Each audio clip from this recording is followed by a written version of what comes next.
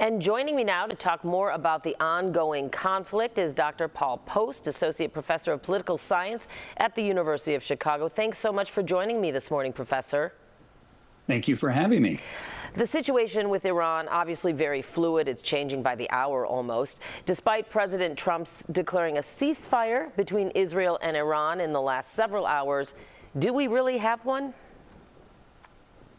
That remains to be seen, and you're so right. Things have been changing almost by the hour. Yesterday was a very dynamic day. I think a big part of that is because President Trump, even going back to this weekend, wants to see the situation end quickly. I think that was even after the strikes that were launched this weekend. He immediately said, now is the time for peace. And then he right away announced the ceasefire, even though it wasn't clear yet that it was going to hold. So he very much wants to see this end. He wants to be able to be the one to give credit for ending it, but it doesn't seem clear yet that Israel and Iran are interested in ending it. There are mixed feelings, I know, about the U.S. military strikes in Iran, in our country, much but not all of it along party lines.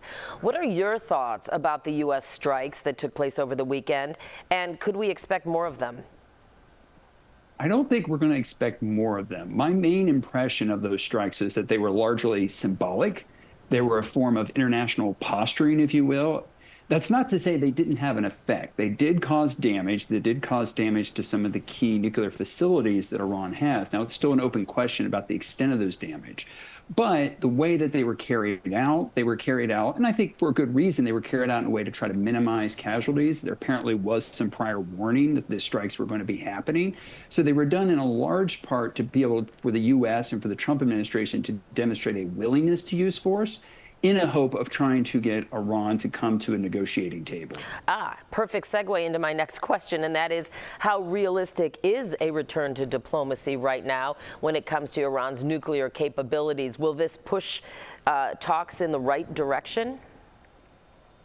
I think that's a key goal that the Trump administration has. If we can recall that even though Trump in his first term had taken the United States out of the Iran nuclear deal that had been brokered by the Obama administration, during at least the first few months of this term, he's been trying to restart those talks. And they were actually in the midst. In fact, there was a plan to be meeting that very weekend when the Israel-Iran war started and kind of derailed the talks. So I think Trump is interested in getting those talks started again. The question is, and we can see this from prior behavior by the Trump administration, is will there be enough follow through to actually make a deal happen and make a deal stick? That is going to be the key question. And then finally, I know President Trump now heading to the NATO summit in the Netherlands. Will this conflict take center stage there, do you think? And what might we expect to hear? I think it will take center stage in the fact that a lot of U.S. allies in NATO weren't necessarily in support of the U.S. military action. Several of them even pointed out that it was an illegal action. Having said that, President Macron, he was one of the individuals who pointed to the concerning evidence regarding Iran's nuclear program. So I do think that there could be some potential for some disagreement and discussion amongst the NATO allies about whether they supported the U.S. efforts over the weekend and whether to support U.S. efforts going forward.